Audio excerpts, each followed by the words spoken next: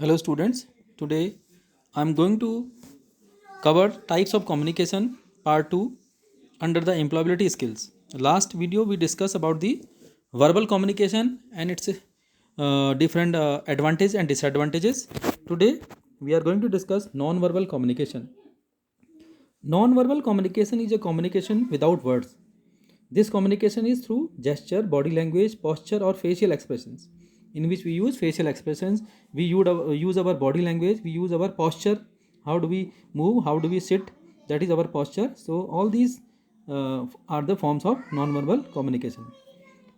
It is all about the body language of speaker. Facial expressions are the most common among all non-verbal communication. Facial expression is one of the most common among all non-verbal communication.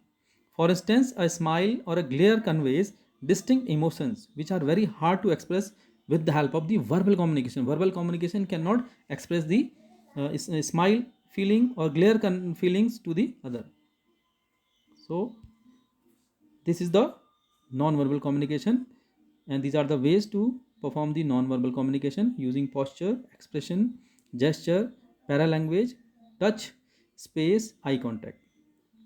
Paralanguage means the language tone, the pitch of language which we use to communicate sometime. So we are going to cover all these in the next slide, starting with the expression.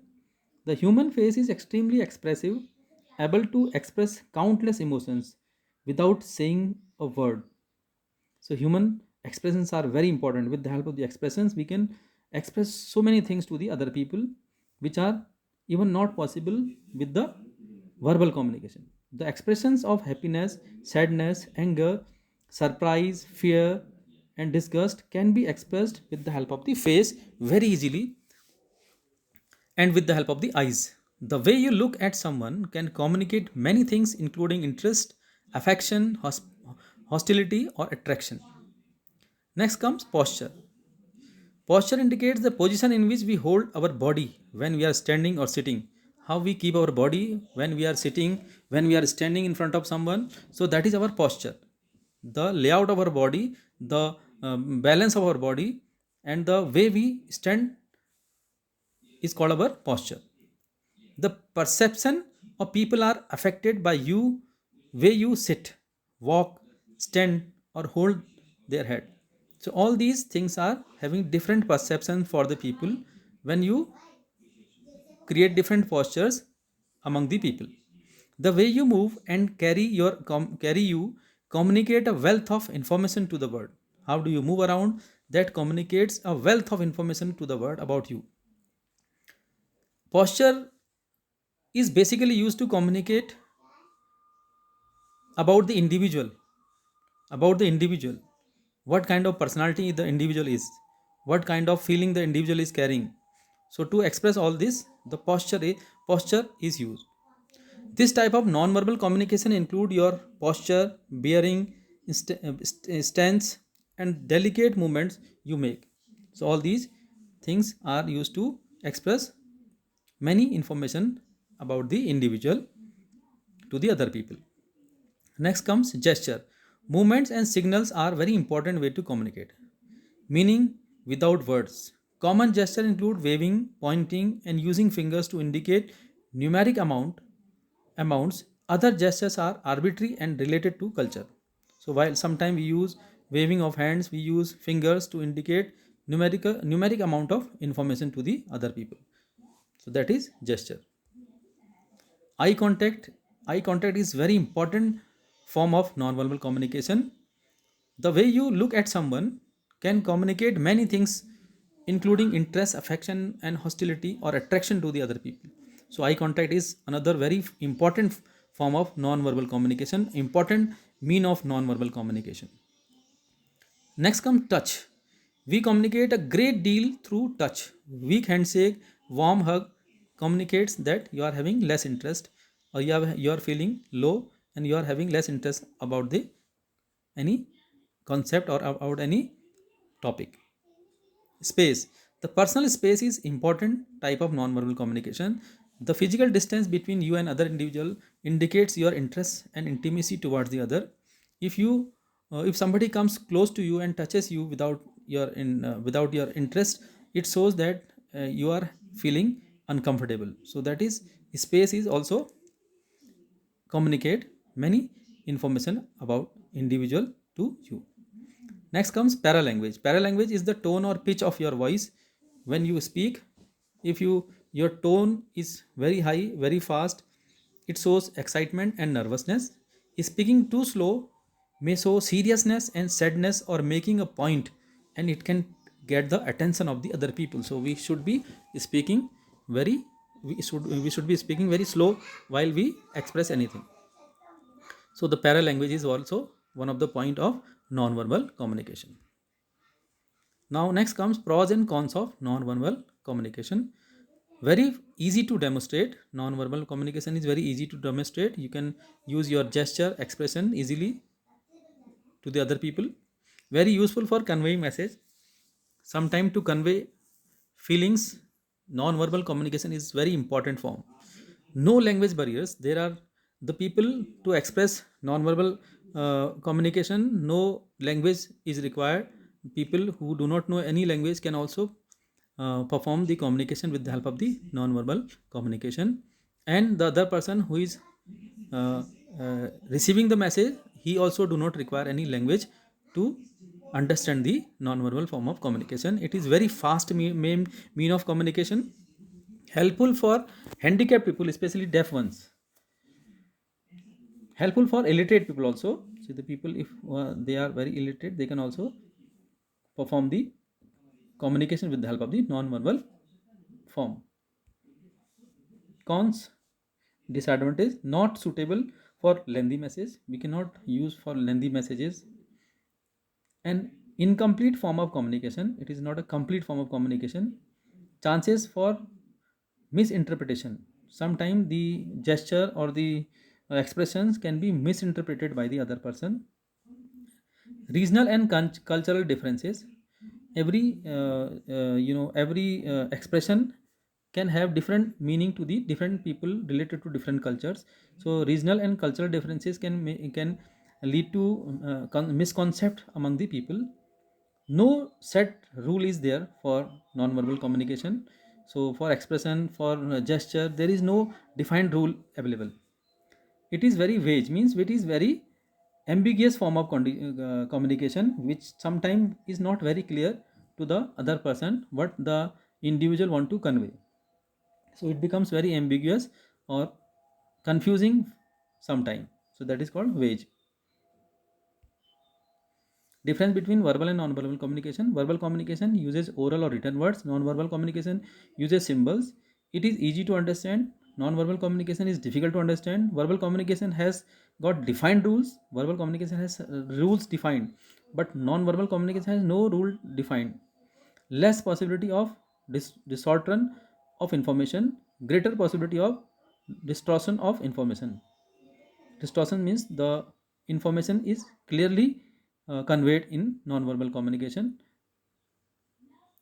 Sorry, in verbal communication, the information is clearly conveyed. Whereas in non-verbal communication, information can be distorted, means it can be disturbed, it can be ambiguous or not very clear to the other people. So distortion means the information is not completely conveyed sometime in non-verbal communication. On the other hand, the verbal communication is a distortion of information. Less possibility of distortion of information means the information is clearly conveyed. So less, there are less chances of distortion, means loss of information. Information is clearly conveyed in verbal communication, whereas in non-verbal communication, information can be distorted. In this communication, the message can be clearly understood and immediate feedback is possible. Verbal communication, when we are speaking with someone, immediate feedback is received. So if the person has not understood, we can reconvey the message. Whereas in non-verbal communication is helpful in understanding emotions, lifestyle and feelings to others. Easy to produce proof of conversion. No proof of communication is available. In verbal communication, proof of communication is there, whereas in non-verbal communication, no proof of communication is available. Whether the communication was taken place or not, no proof or record is maintained. in non-verbal communication, whereas in verbal communication the proof of communication is maintained, the record is maintained. Visual communication. Next comes visual communication. Visual communication is a communication through the use of visual aids, like you have seen signboards while traveling, signboards of not smoking zone, signboard of hospital, signboards of restaurants. So these are visual form of communication. So in this, logos, signboards are used to communicate the message, like topography, photography, sign symbols, design, etc. are used. Television and video clips are the electronic form of visual communication. Through television and video clips, electronic form of visual communication is also done. Using charts also, if somebody shows you charts, so that chart also depicts some information, some message to the individual. So charts, graphs are also form of visual communication. Next comes pros and cons of visual communication. Starting with the advantages. Pros of visual communication: it is used as an aid in other forms of communication. Communication is used as a aid in the other form, like we are doing verbal communication. Sometimes to improve the verbal communication quality, we can use the visual aids also, so that the visual aid will add on to the quality of communication in the verbal communication. So it is used as an aid in the other communication processes. Like in oral communication or verbal communication, we can use visual communication as an additional aid that will improve the quality of the communication. It can express things easily, helpful for illiterate and handicapped people also, prevent wastage of time, and helps in quick decision. So time is less wastage and it helps in quick decision. It has no barrier of language. Same barrier language is not here in visual communication.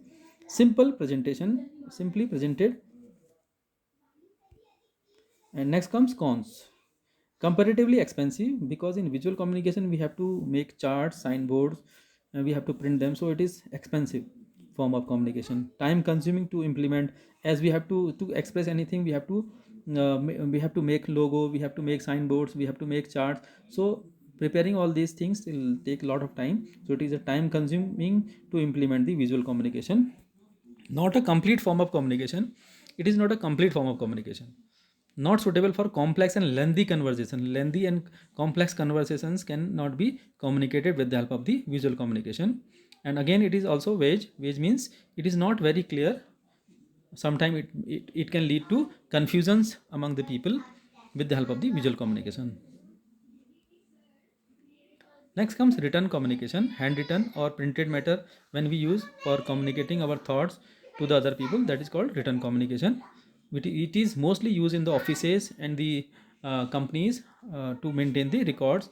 And these are the different forms you can see in the diagram. Emails are used, memos are used, employee manuals are given in the written form, faxes are sent, official faxes are given, letters are given, instant messages are floated in WhatsApp groups to the employees. So all these forms of communication, written forms of communication, are mainly used in the companies and offices to communicate the information to the employees. Pros and cons of written communication. Pros: permanent storage there. Advantage is that permanent storage. The written communication is maintained in the files after the communication has been taken place. Stands a legal holding, as the storage of the written communication is done, so it has a accountability and the legal holding also. So the proof is there, written communication proof is maintained. It facilitates reuse. Written communication can be reused. Once we have a written communication with us, we have a printed form of communication, letter is there, printed letter is kept in the office, so that same letter can be reused in the later time whenever required to be communicated to the employee.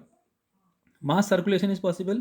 As the written communication, we can print the multiple copies and we can distribute among the people, many people. So that is mass circulation.